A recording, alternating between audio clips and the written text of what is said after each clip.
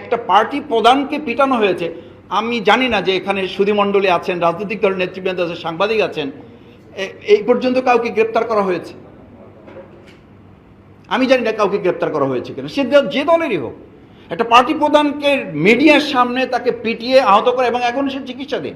এবং আমরা মাঝে মধ্যে শুনি মেমোরি লস করেছে, মাঝে মধ্যে শুনি সে মুমূর্ষু হয়ে যাচ্ছে, বিদেশি চিকিৎসার জন্য প্রয়োজন। সেরকম একটা ইভেন্টে আমরা কাউকে এখন পর্যন্ত গ্রেপ্তার করতে দেখলাম না। সেই নির্বাচন আইনশৃঙ্খলা বাহিনী করবে, আর আমার কোনো একটা কেন্দ্রে প্রবলেম হবে, সেটা সলভ করার জন্য তারা সুইচ টিপে দেবার প্রবলেম সলভ হয়ে যাবে। এই বিশ্বাস নিয়ে যদি আমাকে চলতে হয়, তো আমি এরকম অতি বিশ্বাস নিয়ে চলবো, কিন্তু শেষে এরকম হয়তো একটা বিবৃতি আসবে, কিছু ত্রুটি বিচ্ছিত হয়েছে, ক্ষমা সুন্দর দৃষ্টিতে দেখে আমাদেরকে কাঁধে কাঁধ মিলে দেশ এবং জাতি গড়ার কাজে সামনের দিকে এগিয়ে যেতে হবে। দুর্ভাগ্যজনক, দুর্ভাগ্যজনক। এই স্টেটমেন্ট দিয়ে স্টেট চলবে না। স্বাধীন ও নিরপেক্ষ নির্বাচন কমিশন এটা নিশ্চিত করা প্রয়োজন। এটা নিশ্চিত করতে গিয়েই জুলাই সনদের বাস্তবতাটা আমাদের সামনে খুব অনিবার্য একটা প্রসঙ্গ।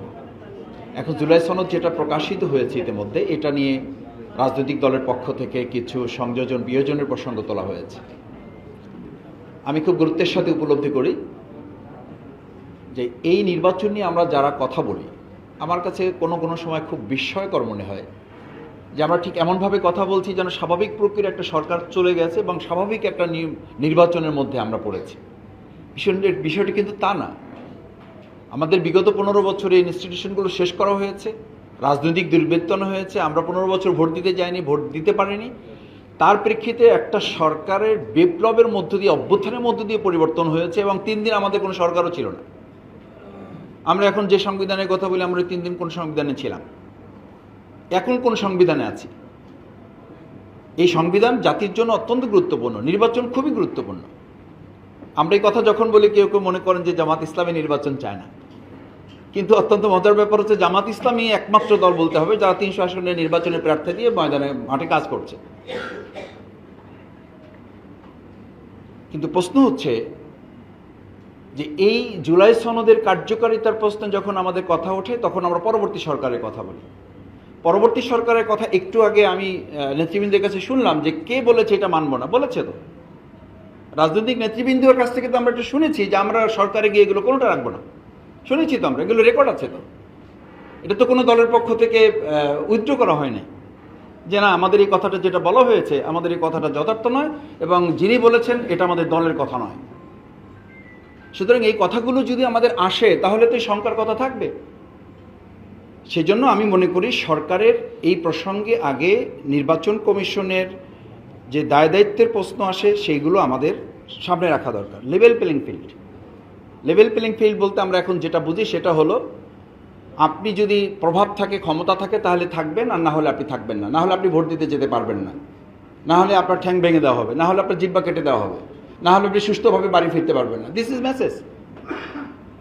What is the level playing field? Level playing field বলতে আমি কি বোঝাচ্ছি, আমি কি মেসেজ যাচ্ছে?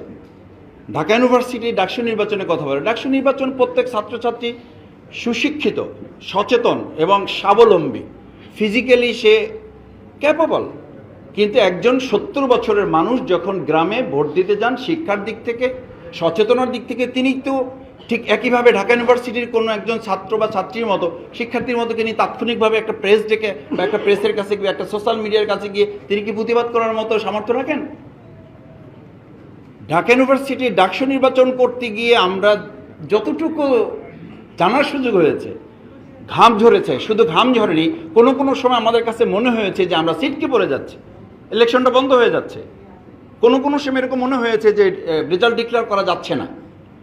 রেজাল্ট ডিক্লেয়ার করার কথা রাত 8টায়, রেজাল্ট ডিক্লেয়ার করার কথা রাত 10টায়। সেই রেজাল্ট ডিক্লেয়ার করতে তো পরের দিন সকাল 10টা বেজেছে। কেন বেজেছে? কেন ইউনিভার্সিটির পার্শ্ববর্তী এলাকায় লোক জড়ো হয়েছে? কেন টোটাল প্রশাসনকে ইনভলভ হয়ে বলতে হয়েছে? যদি এটা হয়, তাহলে একটা ছোট্ট ক্যাম্পাস মানে বাংলাদেশের তুলনায় এটা একটা ছোট্ট জায়গা, সেই জায়গাটাতে যদি গোটা প্রশাসন, রাজনৈতিক দল, শিক্ষার্থী ইনভলভ হয়ে করতে, তাহলে এত লক্ষ কেন্দ্রকে পাহারা দেওয়ার দায় দায়িত্ব এই সরকার কিভাবে রাজনৈতিক দলগুলোর সাথে আলোচনা করা ছাড়াই একটা ডেট দিয়ে আমরা রোড টু ইলেকশনের দিকে চলে যাচ্ছি? কোন আস্থার উপরে ভিত্তি করে? আমি লেভেল প্লেইং ফিল্ডের জায়গায় আমাদের তো প্রতিদিন আমাদের কাছে আমার মোবাইল অন্তত 50টা মেসেজ আছে, কালকে অমুককে মেরেছে, কালকে সোশ্যাল মিডিয়ায় একটা মত প্রকাশের জন্য তাকে ধরে এলাকায় মারধর করা হয়েছে, তার পরিবারে বাবা মাকে হুমকি দেওয়া হয়েছে, আপনি এই দল ছাড়েন, না হলে এই দল থেকে আপনাকে এখান থেকে এলাকা থেকে বের করে দেওয়া হবে, আপনি ঢাকায় থাকেন এলাকায় আসবেন না, এলাকায় থাকেন এলাকা থেকে চলে যান। এটা তো হচ্ছে এখনকার। এরপর যখন আমরা আরও একটু ইলেকশনের মধ্যে প্রবেশ করব, আমি তো মনে করি তখন লেভেল ফিল্ডের প্রশ্নে আমাদের আরও অনেক ঝুঁকির মুখে পড়তে হবে। সেই জায়গাটা আমি মনে করি যে আমাদের নির্বাচন কমিশন তাদের দায়িত্বের গুরুত্বপূর্ণ অংশ হচ্ছে যে আমি পোস্টার নিয়ে আলোচনা দেখতেছি, পোস্টার লম্বা হবে, বড় হবে, কালার হবে না, তারপরে মাইকিং 5টা হবে 7টা হবে না, এই সমস্ত বিষয়ে আলোচনা খুবই গুরুত্বপূর্ণ। কিন্তু তার চেয়ে গুরুত্বপূর্ণ পলিটিক্যাল পার্টি কালচার, কোনো সিস্টেম, কোনো চেঞ্জ কি আমাদের হয়েছে?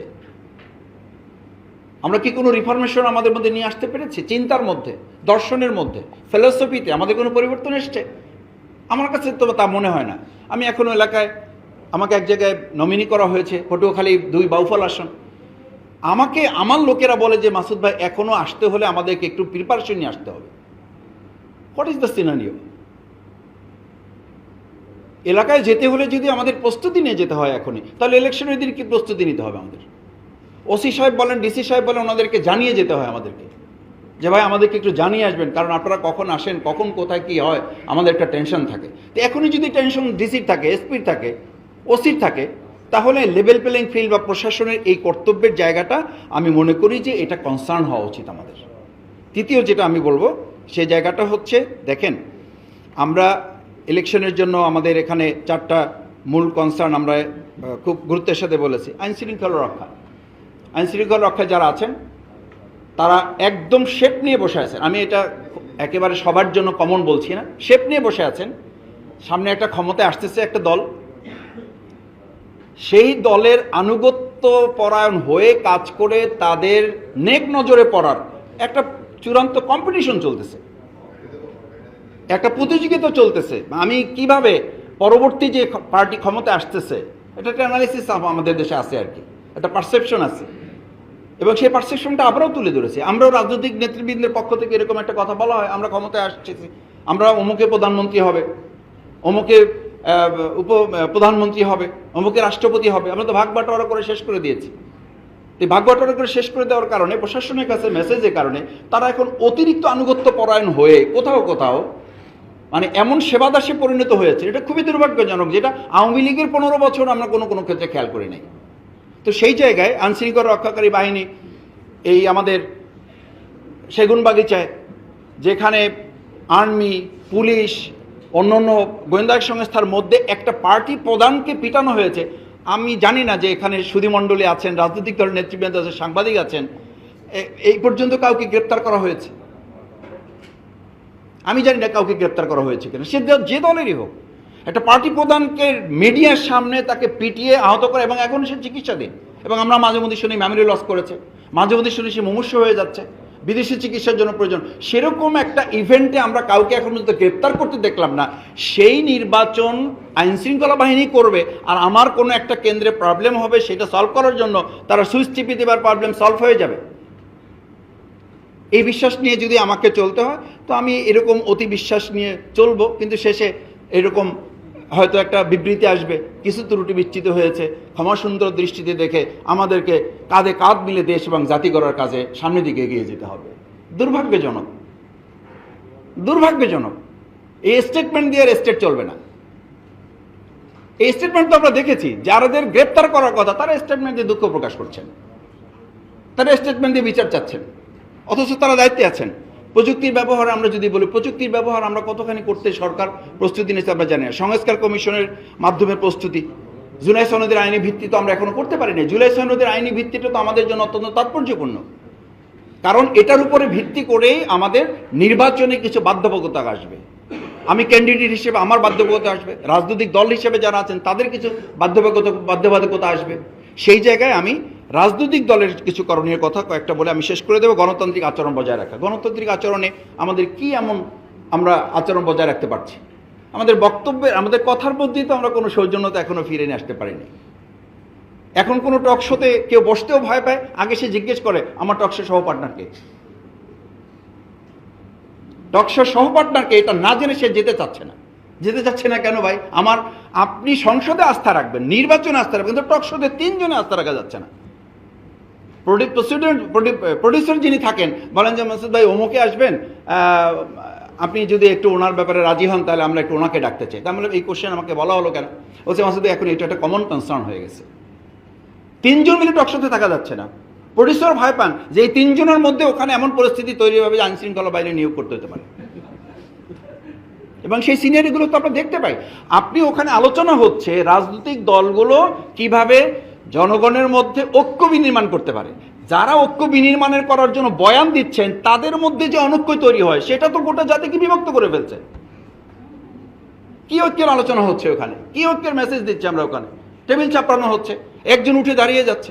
আমি আলোচনায় গিয়ে লম্বা করছি, আমি বলছি এই মেসেজগুলো আমাদের মাথায় নিতে হবে। এই কারণে রাজনৈতিক দলের কোনো বেসিক চেঞ্জ তো আমরা নিয়ে আসতে পারি নাই। এ ব্যর্থতা জামাত ইসলামী হিসেবে আমিও নিচ্ছি।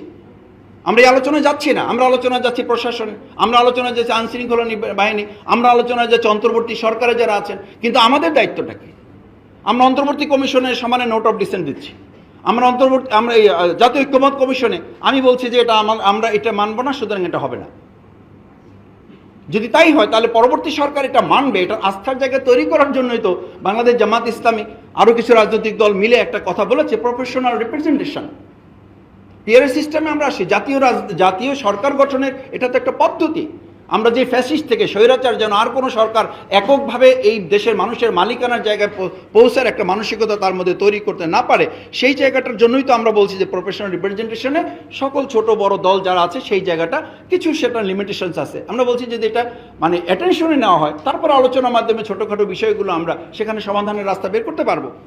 আমি সবশেষ অনুরোধ করব যে আজকে এখানে আমরা যে নাগরিক কোয়ালিশনের রোড টু ইলেকশন, সমাজের করণীয়, নাগরিক সমাজের করণীয়, দুটো পয়েন্ট বলে শেষ করে দিচ্ছে। একটা হচ্ছে নাগরিক সমাজের মূল করণীয়টা হচ্ছে আমাদের একটা প্রভাব বা একটা প্রেশার তৈরি করা এই সরকার এবং নির্বাচন কমিশন। যেই নির্বাচন কমিশন বলবে এই কথা যে আমরা সরকারের প্রভাব মুক্ত হয়ে, তো সরকার প্রভাব মুক্ত হয়ে সরকার সহযোগিতা না করলে আপনি কিভাবে করবেন? ভাইস চ্যান্সেলরের সামনে যখন কোনো একটা রাজনৈতিক দলের ছাত্র সংগঠন টেবিল চাপড়ায়, আমি তো নিশ্চিত থাকতে হবে যে তাহলে প্রিজাইডিং অফিসারের সামনে আমি গিয়ে টেবিল চাপড়িয়ে তার ওখান থেকে ব্যালট বাক্স নিয়ে চলে আসব। কি হয়েছে তাহলে আমাদের এই যে আইনশৃঙ্খলা রক্ষাকারী বাহিনী ছিল তো ডাকসু ইলেকশনে, কিন্তু আইনশৃঙ্খলা রক্ষাকারী বাহিনীর কাছ থেকে আমি বারবার শুনেছি যে সামগ্রিক সহযোগিতা না হলে শুধুমাত্র আইনশৃঙ্খলা রক্ষাকারী বাহিনীর পক্ষ থেকে আমরা ইলেকশনটা সুষ্ঠু করতে পারবো না। আমি নাগরিক সমাজের প্রতি দুটো কথা বলছি। এক, নাগরিক সমাজের মধ্যে এই প্রভাব তৈরি করতে হবে যে সরকার এবং ইলেকশন কমিশন দুটো মিলে একটা সমন্বয় করা। নাম্বার 2 হচ্ছে নাগরিক কমিশন ভোটারদের এই সচেতনতা তৈরি করা যে আমরা প্রত্যেক জায়গায় সরকারের সহযোগিতা নিয়ে না, বরং নাগরিক সমাজই ওখানে প্রধান এলিমেন্ট হিসেবে কাজ করবে, যাদের সচেতনতার মাধ্যমে প্রশাসন কাজ করতে বাধ্য হবে এবং এককভাবে তারা না, বরং নিরপেক্ষতার জায়গা থেকে একটা ভূমিকা পালন করবে। সবাইকে ধন্যবাদ জানাচ্ছি।